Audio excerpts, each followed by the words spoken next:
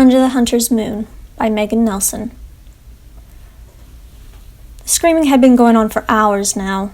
It was locked inside a room he wasn't allowed to enter due to tradition, but the sounds still tore through the door like breaking glass, leaving him alone to wait outside in the dimly lit hallway and unable to do anything but think. The Lord did not pace across the creaking floorboards as an expected father would. He did not sit leaning over with clenched hands and a furrowed brow, or shake with trepidation. No, his gaze was calm, expectant. He knew nothing would go wrong with this birth. Everything would go as expected, so there was no reason to be nervous. The very thought was ridiculous. Another hour passed. More screams, more waiting, and more glaring at impudent tavern guests who dared enter the hallway. They came with drunken faces and scowls, daring to ask why there was such a ruckus, only for the Lord to stop them with a flick of the wrist.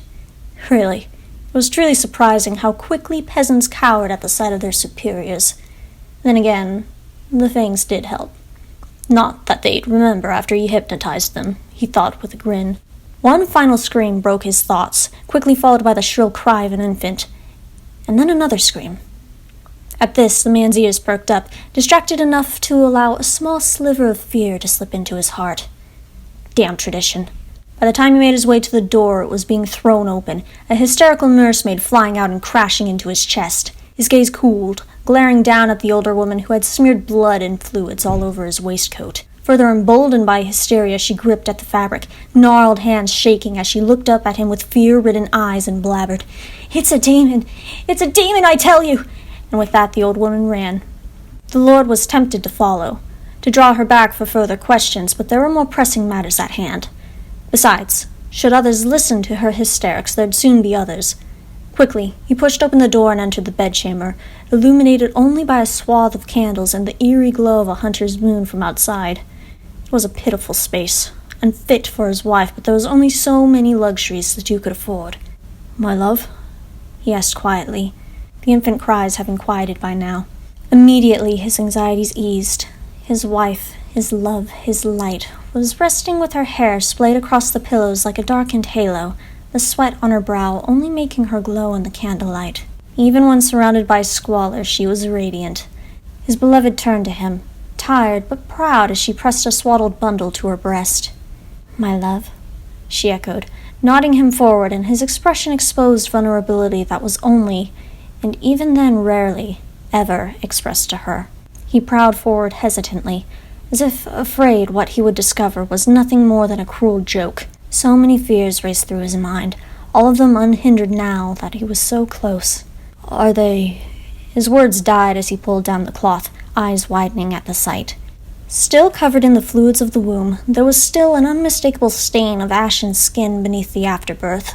A small tail poked out from between the infant's clenched hands, as were the beginning nubs of horns on their forehead. The Lord leaned in closer, disturbing the babe, and when their eyes snapped open, they were a singular glowing color. Gold. Like his own. "It's—" For once, he was at a loss for words. "She," his wife corrected quickly, smirking as their child squirmed and stared up at her father. "She is beautiful," he said, letting his fingers dangle above the infant's face as his own eyes creased. She sneezed at the touch, her nose wrinkling, and she started to squirm. The man chuckled.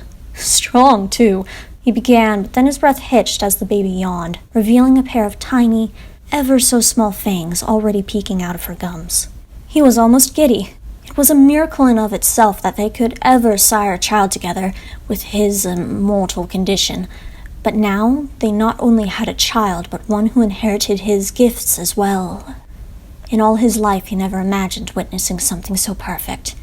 They were perfect. His wife, his child.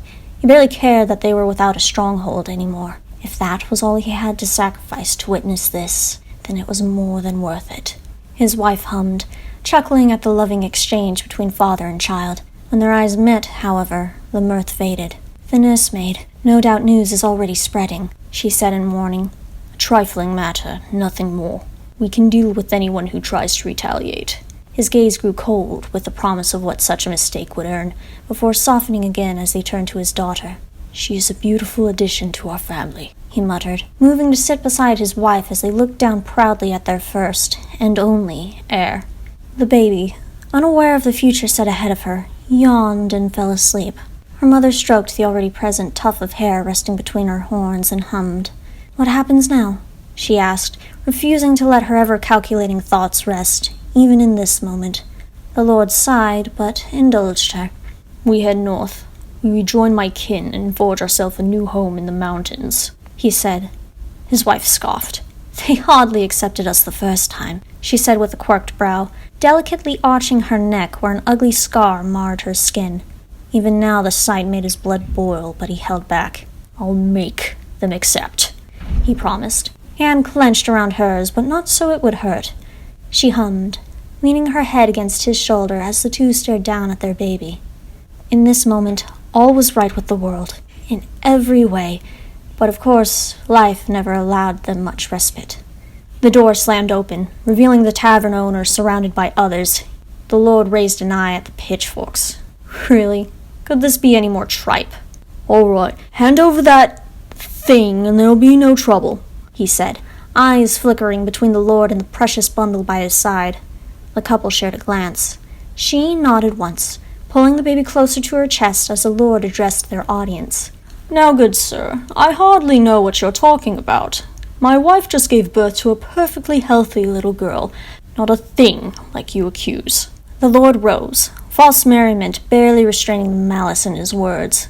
His eyes didn't hide it. He glared down at the man from his towering height, the shadows around him spreading as if in anticipation of what was coming next. The innkeeper was not so aware. He did shudder. The Lord could see sweat building up on his brow like a sweating pig. But to his credit or stupidity, he held firm.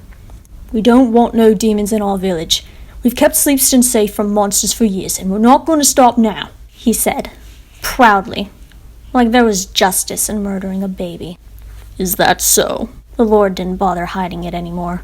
In less than a hair's breadth, he crossed to the opposite end of the room, and his elbow sank deep within the innkeeper's chest. His companion screamed, scrambling back in sheer horror as his fingers tightened around the man's exposed heart.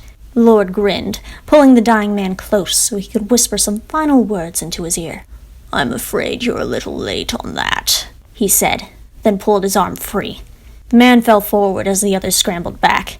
The Lord dropped the heart and stepped forward, easily painting the hallway red with their blood, and before long their screams were silenced.